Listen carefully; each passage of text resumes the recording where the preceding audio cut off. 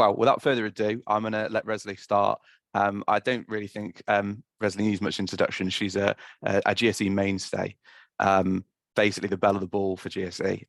We, at one of the one-on-one stream, could not have asked for a better presenter to sort of help with our agenda, and you're about to see why. So yeah, without further ado, Resli, you'll feel free to start. Thank you. I'll start with a question. Did you know that if you have a heart attack, it's probably going to be on a Monday? If you're a woman, it's 15% more likely that it'll be on a Monday. If you're a man, 20%. This session is for people who want work-life balance, but don't have time for work-life balance, and who don't want to have to quit their jobs and live in a tent, because that's probably not very good work-life balance either. Could you please, down at the reactions thing, give me a little thumbs up if you're thinking, yes, this sounds like me. I want better work-life balance, but I don't really have the time for it. Down at the bottom of the screen, second from right. Oh yes, we're getting some thumbs up. Okay, good, thank you. And keep on letting me know stuff and responding as we go through this. So what we've got today, we're going to find ways that you can upgrade your work-life balance. The way we're going to do that is, first of all, I have a tool that you can use to assess your work-life balance. It's quite powerful and yet simple. We will sound out resources and effective strategies that work for you personally to upgrade work-life balance. You will do a bit of taking responsibility for your work-life balance. We will look at the one greatest obstacle in the way of you having better balance in your life. Play with tools for overcoming that obstacle, and then you will end up with a personalized individual action plan that will help you upgrade your work-life balance.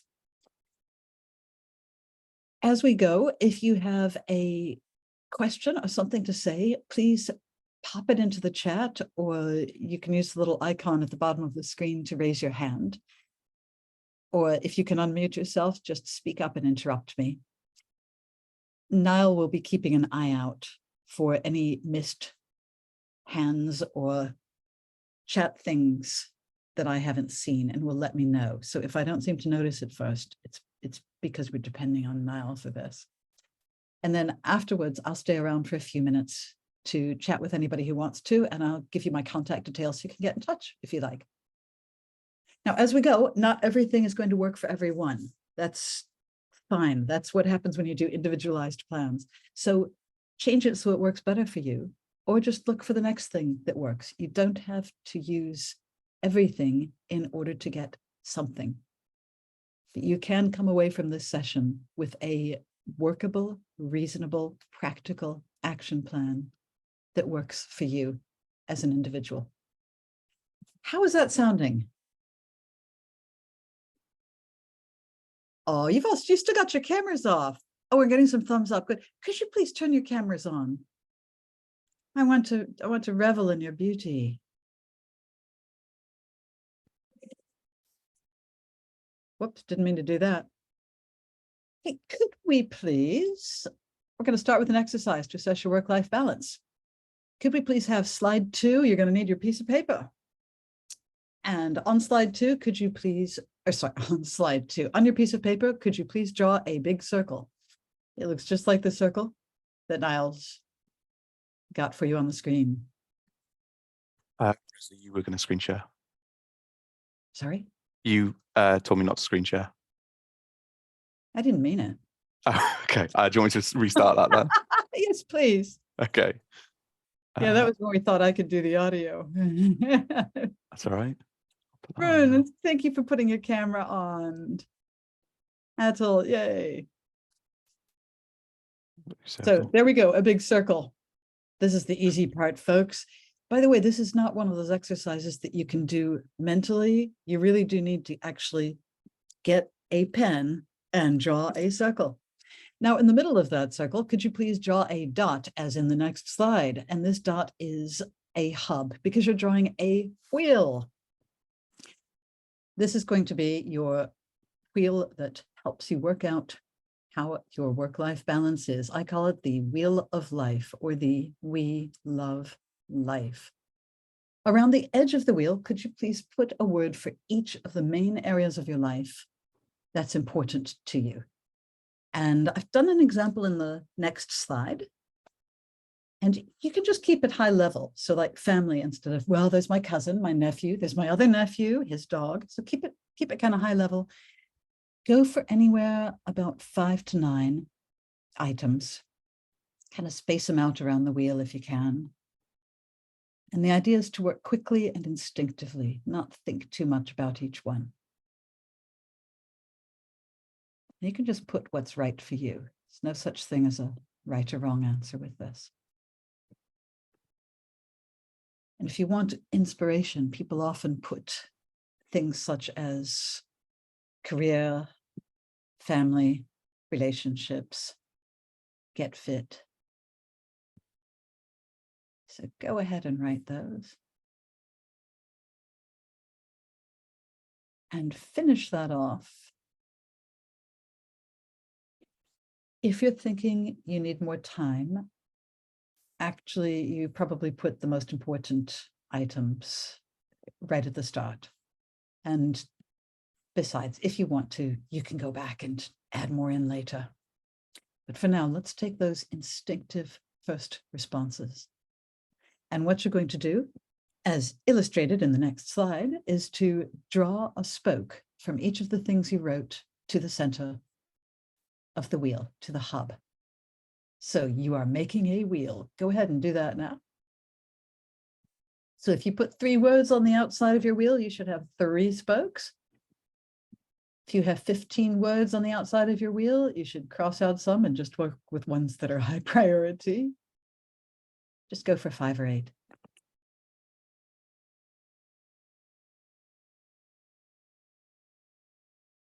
Now, in a moment, you're going to put an X, like a letter X, on each item spoke. And you're going to put it in a place that indicates how satisfied or dissatisfied you are with that area of your life. So you put it near the hub at the center if you're dissatisfied, and put it at the outer edge if you're very satisfied, and somewhere in the middle if you're feeling kind of somewhere in the middle about it. And you can see the worked example. Go ahead and do that quickly and instinctively. Niall, I could use your help here because the audio here was going to be the countdown theme. So I need you to sing it for me. Yeah. Dun, dun, dun, dun, dun, dun, dun, dun, dun, dun, dun. You know what? I think that's better than if we had the audio working for this. Excellent. Good work, people. So you should now have your wheel with the main areas of your life written around the rim of it, a spoke from each of those areas to the center, and on each spoke an X that's closer to the center if you're more dissatisfied, and that's closer to the outside if you are more satisfied with that area. And now if we go on to the next slide, what you're going to do is draw a bold line that connects all those X's. So we've got the line going in purple.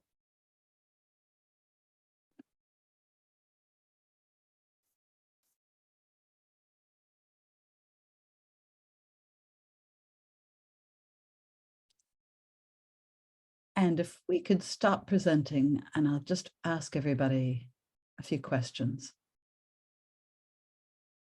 I want you to ask yourself, what do you notice about that line that you drew connecting up the X's? Because if you had perfect work-life balance, that line would be more like a big circle at the outside of your wheel. And I know mine isn't. Confession time. But I wonder what your wheel looks like. Is it a big round wheel, or do you have some sort of like squished up little star? Would your wheel... highs and lows? Yes, highs and lows. Would your wheel run smoothly through your life? What do you think of the number of spokes on your wheel? Mary's in the chat, says she's got a star shape. Yeah. What do you think of the number of spokes you have on your wheel? I did this exercise one time with a man who didn't even have a star shape. He just had a line. There were only two things on his wheel. And he said, oh. And notice what areas of your life you're more satisfied with. And ask yourself, what am I sacrificing? Now, please note, this is just a snapshot of your work-life balance this morning. This is not forever. And it's your choice whether you change it or not, whether it will look the same in a few months or not. How would you like your wheel to look a few months from now or weeks from now? Because we have some tools that you can use to get it more like that. Would that be a good thing? Yes, good. I'm seeing some nodding. Oh, and too many spokes on your wheel, too many priorities to juggle. Oh, yes. Okay. You may need to go back to the, cut it down to just your priorities. So you can just focus on those. So for now, we're going to start with pinpointing approaches that work for you. So these are approaches that are not theoretical. They're not ideas that I've come up with. They are things that you have used that work for you, that you have demonstrated are effective for you personally. And you can use those to move forward in some of the areas where you think, I could use a little boost to my work-life balance over here. We're going to focus on what you were doing because that's what's completely in your control. So could you please have a look at an area where you are the most satisfied? So wherever you have an X closest to the outside of that circle. And first of all, congratulations. I wonder what you did to achieve that level of satisfaction. You're going to need a new piece of paper, or you can use the back of the wheel if you've really only got one sheet of paper. Grab a sheet of paper. And at the top, could you please write approaches that work for me? Approaches that work for me. And what you're going to do is jot down approaches that work for you as you identify them. And I'll lead you through this. These approaches may be personal qualities, something about your character. They may be skills, habits. They might be beliefs. So with that area where you have more satisfaction, what approaches did you use to create that level of satisfaction? Jot them down as you think of them. I'm going to offer a few examples to kind of get you started, or in case you're thinking, what? For example, maybe part of the reason you have satisfaction with a friend's area of your wheel might be that you're loyal, or that you're persistent, that even if they've kind of ghosted you a little bit, you don't give up on people. You really help look after them. Or maybe an area of satisfaction is a community group or religious group that you're part of.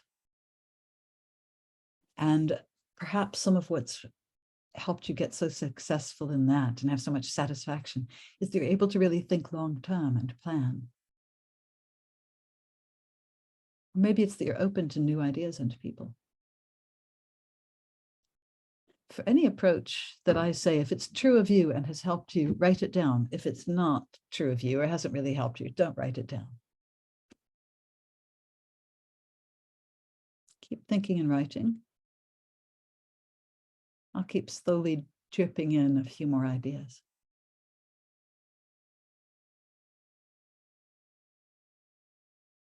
Maybe you did so well in being satisfied with your career because you held a belief of, if somebody else can do it, I can do it.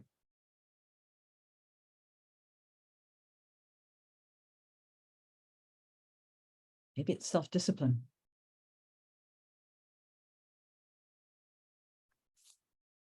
Or your honesty, your integrity.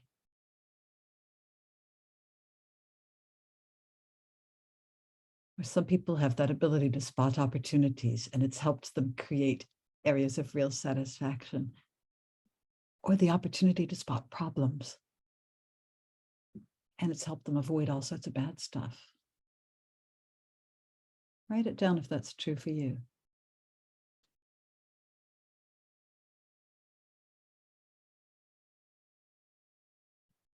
Or are you one of those people who's able to ask for help? And that's helped you create more satisfaction. Write it down if that's you. Or willing to risk others' disapproval.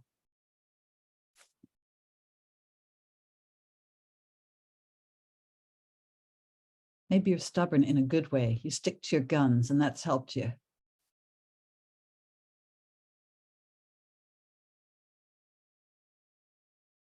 Or do you have an attitude or a belief of trusting it's all going to work out? It'll all be okay. Maybe that's really helped you get the level of satisfaction you have. Keep writing.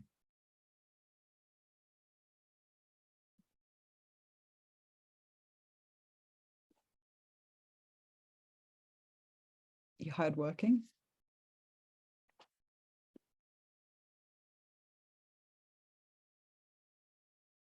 One of the things that's helped me is carrying a belief that there is a funny side to nearly everything.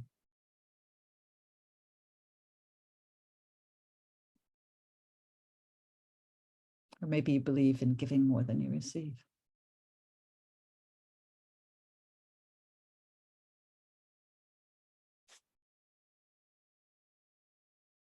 What other approaches have you used successfully?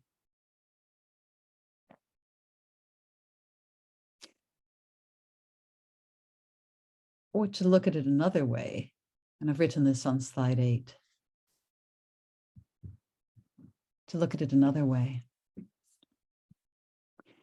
How did you possibly create, promote, or allow this?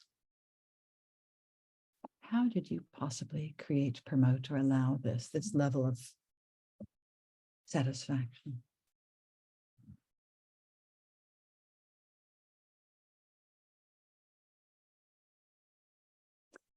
Now, I know you probably haven't finished your list, but we can finish the slide.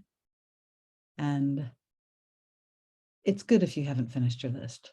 The idea is to keep adding to it as you identify more of your successful approaches, and it'll become more and more powerful as you get into the habit of adding to your list of approaches that work for you. You don't have to share it with anybody else. And if we could stop the slide share, please. Thanks, Niall. What you can do with this list is refer to it. If you're ever in doubt, if you're ever thinking, if you're ever in doubt that you have what it takes, basically, to create good work-life balance, you might think, I want to be off in time for the school play, but I don't think I can. Look at your list and see what it says on there. And if it says, hardworking, willing to stand up for what is right, prioritizes, then look at your list and think, okay, could that person find time to go to the school play? Yeah. So look at your list now, the things you've written.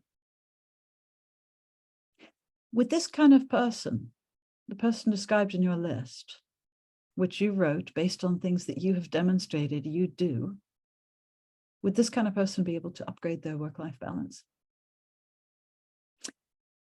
Could you please hit the clap icon if you're thinking, yeah, this person could do something about their work-life balance?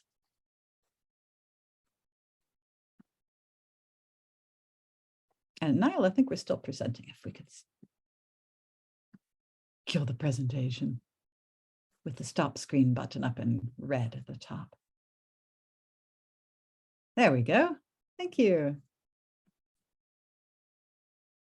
So could you give me a thumbs up or clap or something if you're thinking, yeah, this person could make some changes? And I want you to bear in mind, these aren't tools or models that I've told you. These are things that have all come from you. They're not just good ideas. They're things that you have demonstrated have worked, and you can use them now and in the future to get better results. So tool number one, use the approaches that work for you.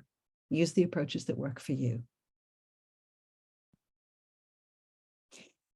Next step, I'm going to give you a whole toolbox full of stuff.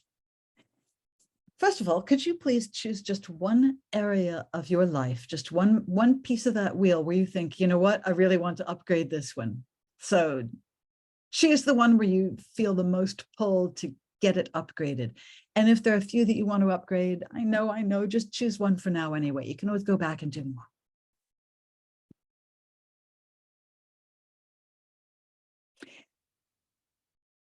So you're going to use this one as your focus of attention, your area to work on.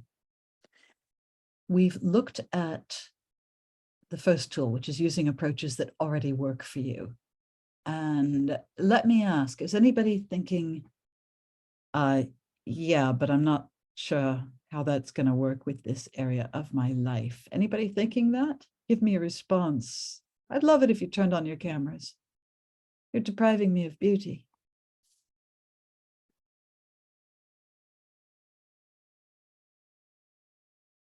Who can think of a good reason for taking some sort of action on that area of your work-life balance, that area of your will? Who can think of some sort of reason that it's really just not practical? Anybody? Hey, we're going to do an experiment. You will need a blank sheet of paper. If you have room at the bottom of your approaches that work for me, you can use that. Just you'll need a blank sheet of paper and something to write with. But don't write anything yet.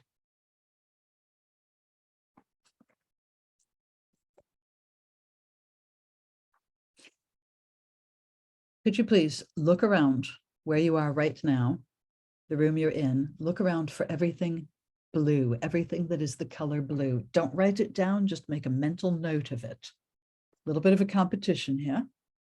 Look around for everything blue. The smart folks do a lot of turning their heads and looking around behind them and checking out everywhere. Look for everything blue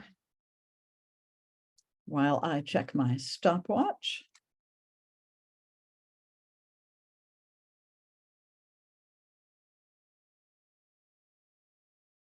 And could you please stop, pick up your pen and write down a list of everything you saw that was white. Yeah, white, not blue. Oh no, she said blue. Okay, I'm cheating. You don't really have to write anything, but I want you to notice who spotted everything blue and has become an expert in finding blue stuff in their workplace. Oh yes, I'm seeing a smile there. Yes, you have. And who didn't really notice? If you look around now to see what's white, who realizes that they didn't really notice all the white stuff that's all over the room? Even though there's probably quite a lot more in the room that's white than blue.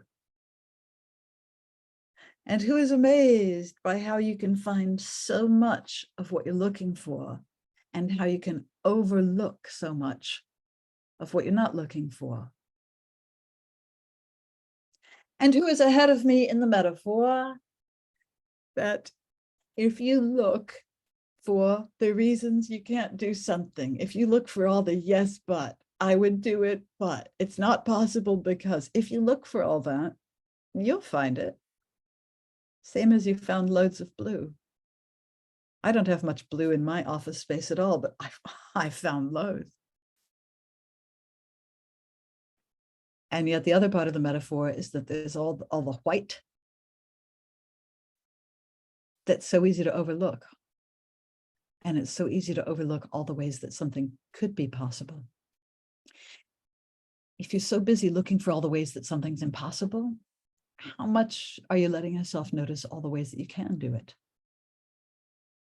Because when you look for the reasons you can't do something, you will find loads, just as you found loads of blue when you were looking for it. And when you look at the ways you can do something, you will find them, won't you?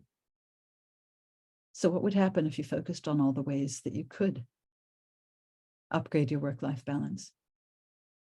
What would happen if you focused on the way you can make changes? The one greatest obstacle to work-life balance that we have is but. Yes, but I can't. Yes, but it won't work. Yes, but not today. Yes, but is a great way to keep things as they are.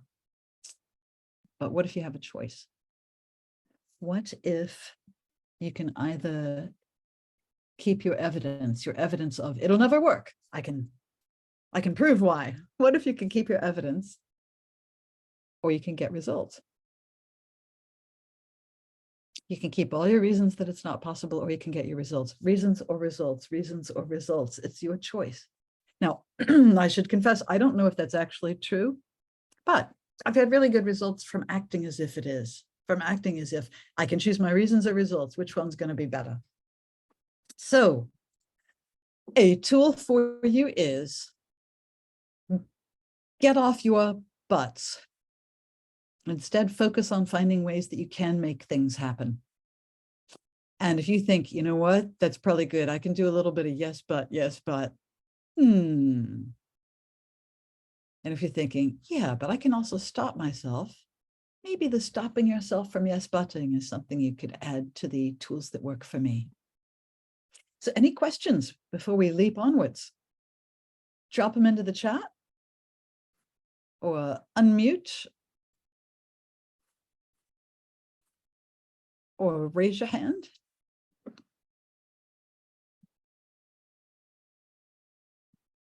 All right, let us steam forward. So we're going to play a pretend game.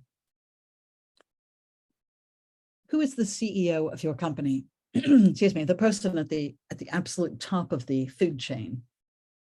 And for an example, a lot of you, I believe, have heard of a company called IBM, or perhaps have had some dealings with IBM products.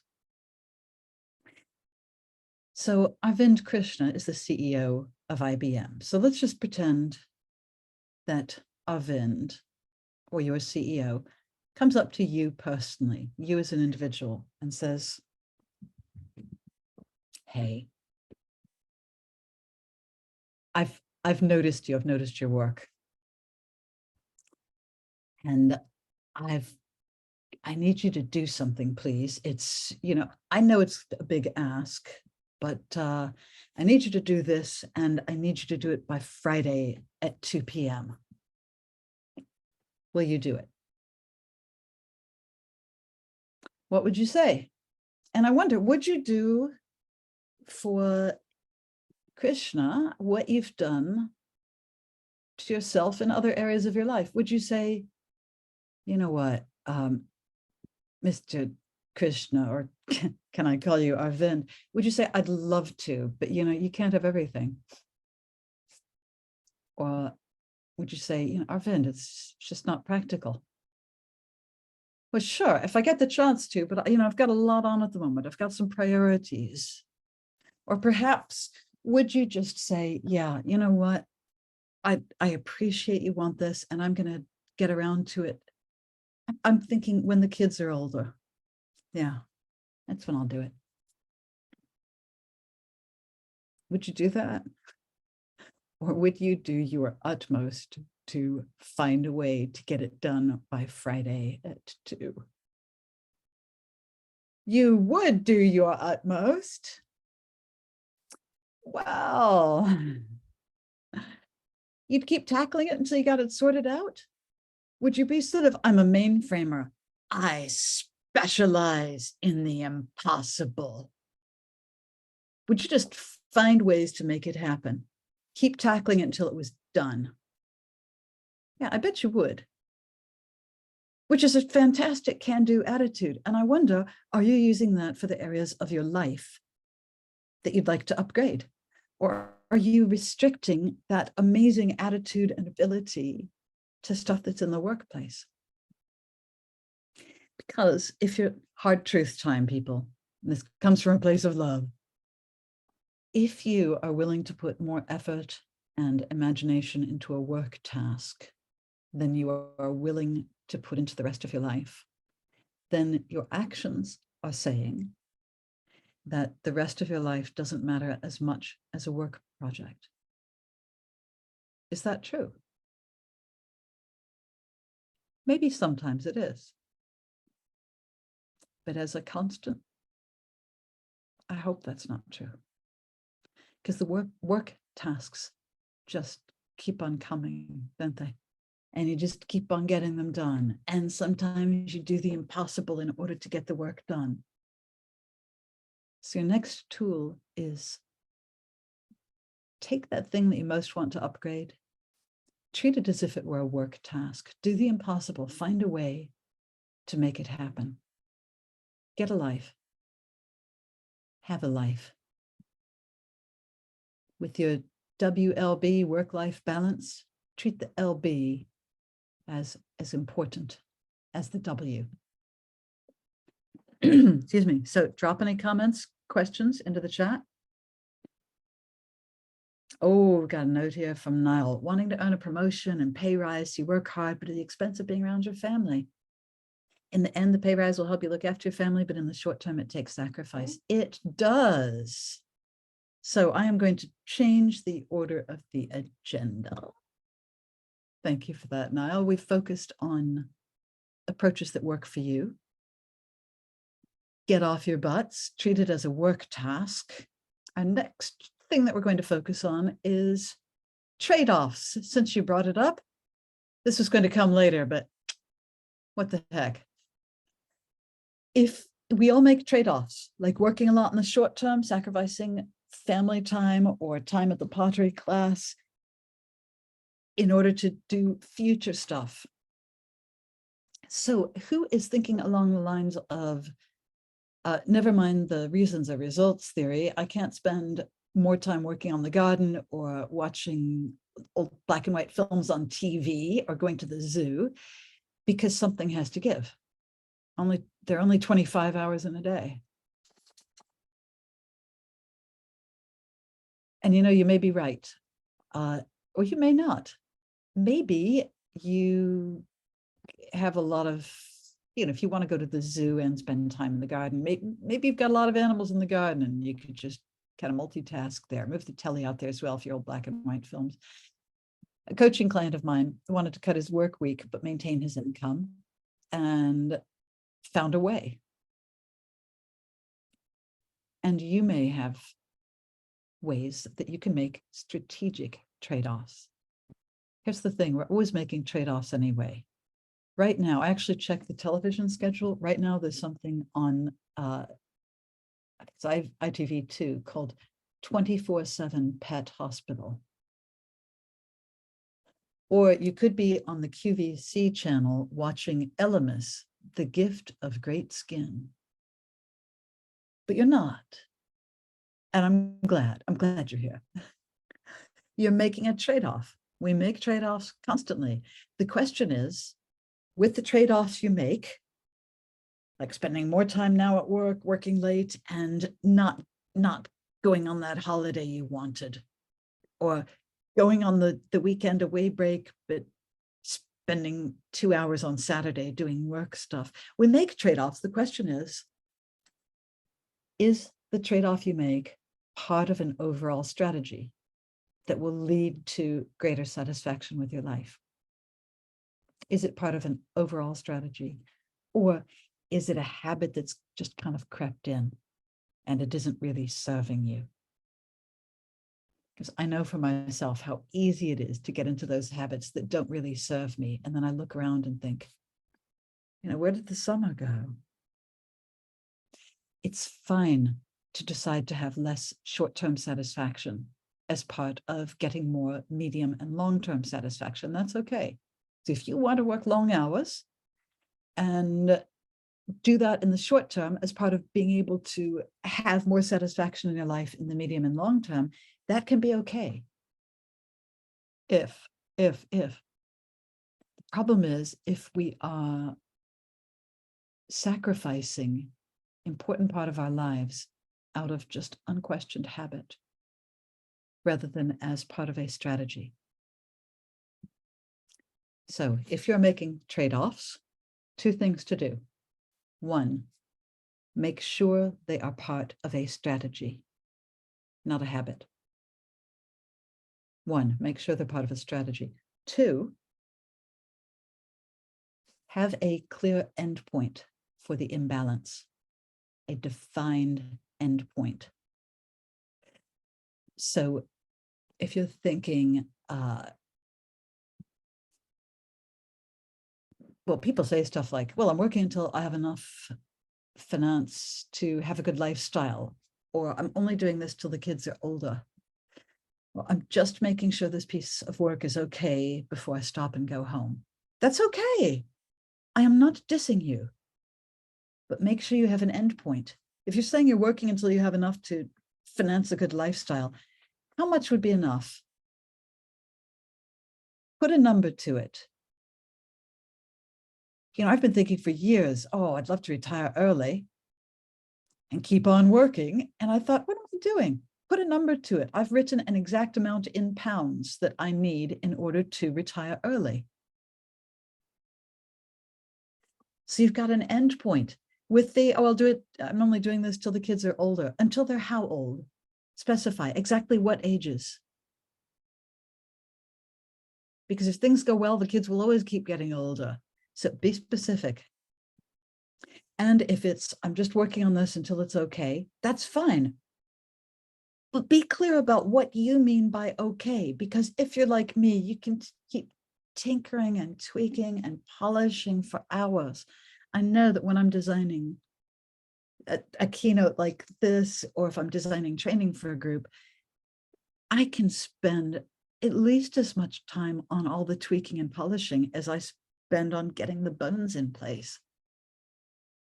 And I look back and I think, maybe that wasn't the best use of my time. Maybe I could have gone for a long walk instead.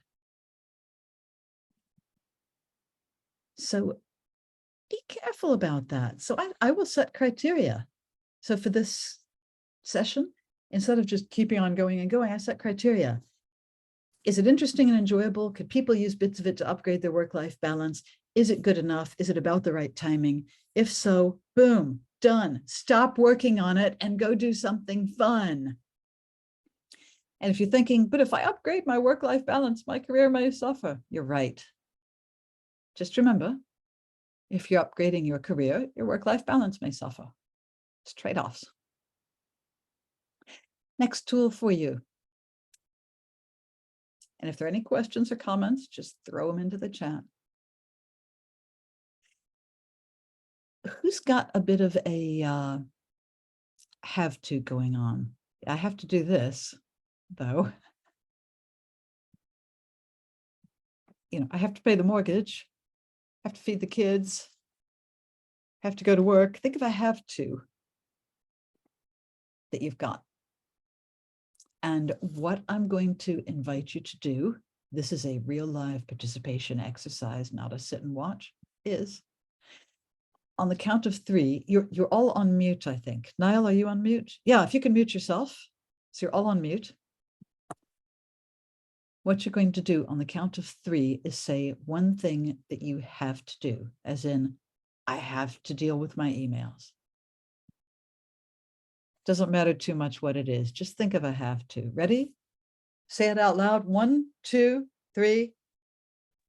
PR. Great. Hey, somebody's not muted, but is playing along. I love you. Thank you. Okay, now I'm really glad that happened, because what I want you to do, don't just say like emails, say the whole sentence. I have to do emails. Make sure you say the words I have to. Okay, ready? 1, 2, 3, go. I have to do my review. Excellent. Thank you. Now, what you're going to do is say it again, but this time you're going to take out have to and you're going to put in choose to. So it becomes, I choose to do my emails. Say it again, say it out loud. Ready? 1, 2, 3. I Choose to do my emails. Does it feel different? No. Okay. Try it again. Pop yourself onto mute and try it again with the thing that you said. So if you do, I have to do PR. So use your own example rather than mine.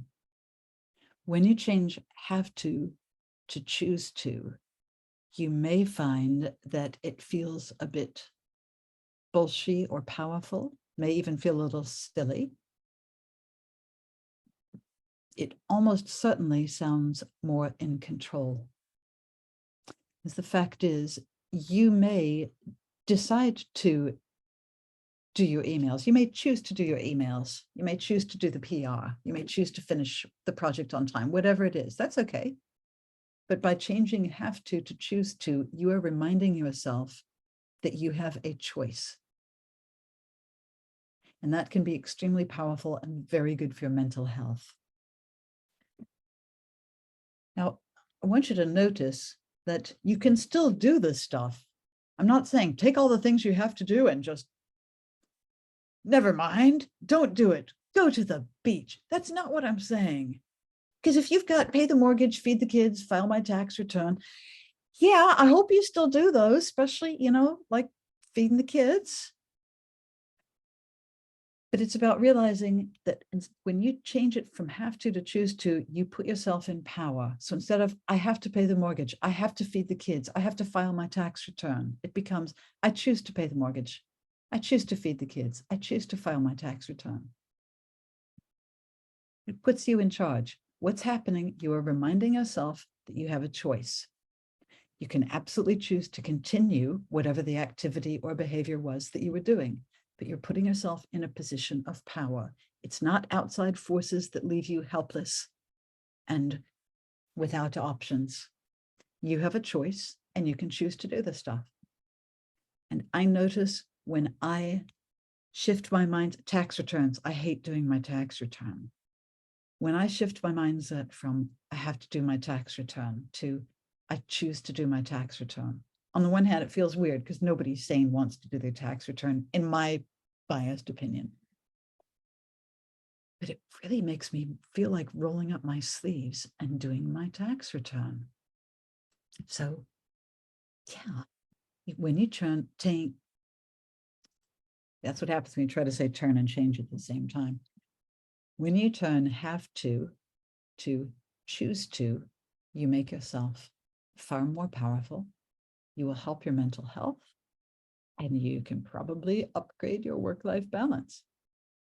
So we've looked a bit at pinpointing approaches that work for you, getting off your butt, treating it as a work task, and changing have to choose to. We have time for a little more here.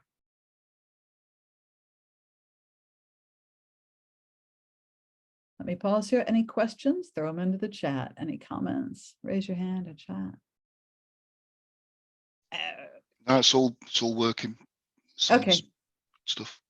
Great. Thank you. Thank you for letting me know. The next one is, whoops, can you hear me? This has gone weird. Could you give me a thumbs up if you can hear me, please? Yay, yes. Thank you. So the next tool is to eliminate the hidden benefits of bad work-life balance. But Resli, I have no benefits to my bad work-life balance. Oh yeah? I wish to challenge that because you may find that there are hidden benefits, the kinds of things we prefer not to acknowledge, but we've known each other a while. We can be honest together. What are the hidden benefits of having work-life balance? For example, by having poor work-life balance and spending most of my time working, I get to avoid situations and people that I'd rather not deal with. Is that okay to say? So back when I was in a bad relationship, I noticed I was staying later and later at work because it meant I got to avoid going home. And I told myself, oh, I've got all this work that needs to be done. I am so important. Yeah, I did have a lot that needed to be done. Yeah, yes, I was important. But yeah, I was avoiding stuff at home. I notice now, and I mean like today, by overworking, I get to avoid that I really need to redo all the sealant around the bath. And as long as I keep focusing on work stuff, I don't have to redo that sealant. As long as I have other priorities coming in, I don't have to go back and deal with a couple situations that I really should follow up. So what do you get to avoid by keeping on working and working? And whom do you get to avoid by keeping on working? And maybe you've done one of these. Maybe you work a lot and somebody at home says, you know, you're working too much, you're putting in too many hours, I miss you, or the kids miss you, or whatever. And you find yourself working late next time because you're a little annoyed with all that pressure. Or maybe it's even to spite them. Or maybe you work late because you think, yeah, but when I get home, all I'm going to get is, why are you home so late? Why have you finished work so late? So I really don't want to go home to that.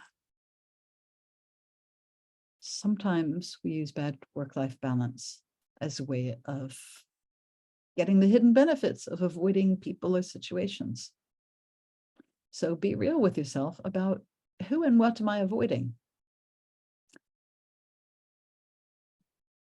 And the thing is, if I finish like resealing the bathroom, the bathtub, and I've sorted out some of the people issues I've got going on, then there's less benefit to working all the hours there are.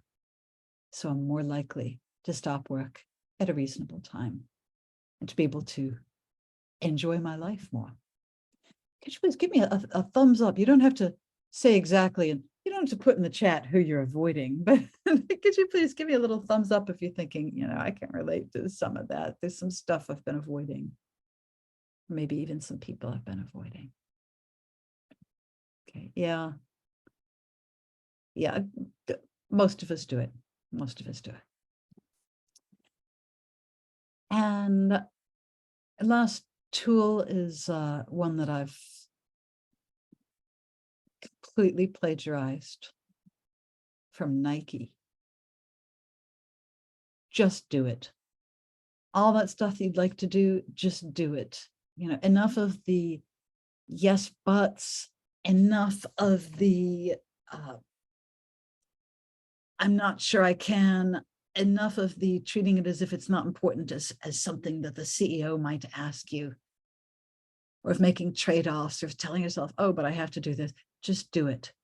Sometimes it really works to say, I am booking a ticket to Brighton. I'm going to spend the day at the beach. That's it. And just do it.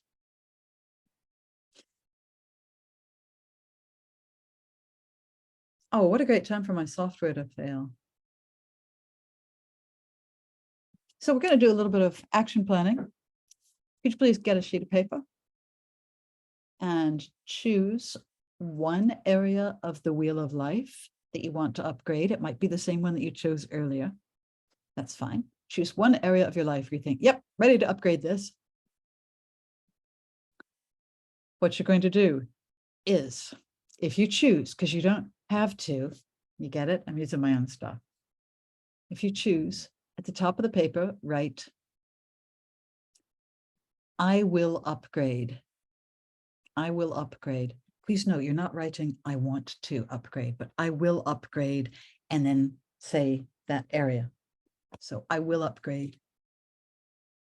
the time I spend with my parents. I will upgrade going to the gym. So something you will upgrade. Then could you please think of one thing that you could do that would leverage significant improvement in that area and write it down. This may be based on the tools that we've done, maybe based on the approaches that work for you that we did at the start. Could be anything. Write one thing that you could do that would leverage significant improvement in this area.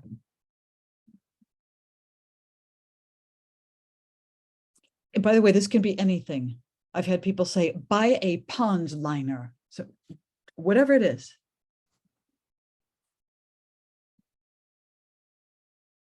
It's book the trip to China, lose 10 pounds. Book training and presentation skills. Whatever's right for you.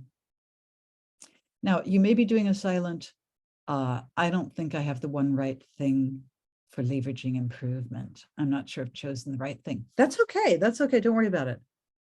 If you're on a journey, if you're traveling somewhere and you get lost, you don't just say, oh, I took a wrong turn. I'll just sit down here and live the rest of my life in solitude. No, you sort of, okay, I did that wrong. Let me get back going again. That's fine. That's fine. What's important is that you're taking action, that you are starting to move forward. So, right, one thing that you will do, and it might be that there's somebody you need to have a discussion with, or you need to get a piece of information, you need to purchase something, you need to make a phone call. What is your next step towards this? Could you please write next step and write down what your exact next step is? So if the thing you could do to upgrade was to line the garden pond, maybe your next step is to scope out prices on pond liners. I'm not making up that example, by the way.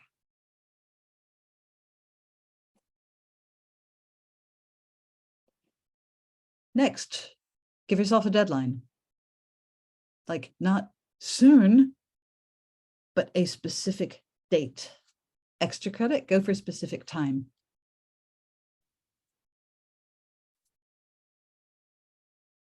When's it going to be? Next week? Before your birthday? In this lifetime? Write a deadline. If you choose. And be aware that if you decide not to do anything right now, even decide on a deadline, you are deciding to keep the situation as it is, which is your choice. That's fine. Just be aware. And if you're not sure about when to put the deadline for it, well, when do you want to be happier? When do you want to start living your life? You can make it into a project plan for you. Your work-life balance is your new project. Put dates in your diary, whatever works for you. So now that you have written one area that you'll upgrade, what you can do to leverage improvement, and the next step towards doing that, and a deadline. If you will do this, could you please sign your name at the bottom? You don't have to. This is just if you will do it, sign your name. There's an integrity thing here. So only sign your name if you're thinking, yes, I will do this. But sign your name. And then could you please crumple it up and like this, like really. Crumple it up and put it into your pocket. If you're wearing your business pajamas and don't have any pockets, shove it into your underwear. Now, why are we shoving it into our pockets or into our underwear? You're thinking that didn't come up in any of the other presentations. The reason we're shoving it into our pockets or into our underwear is that way you will not remember it. If it's just like a flat piece of paper in another pile with all the other flat pieces of paper, you're going to forget this. By having it in your pocket, it will be on your mind. So that is your commitment to yourself. So we have looked at, and we do, let's not bother with the slide. The list of tools is in your slides. We've worked on approaches that work for you. I've shown you a few tools. I've done a few home truths. And if there's any of the exercises you want to do again on your own and make them more powerful because you're doing them your way, you can. I would just ask you, in 10 years, what steps will you wish you'd started taking today? So let's turn our maybe some days into our todays. Thank you.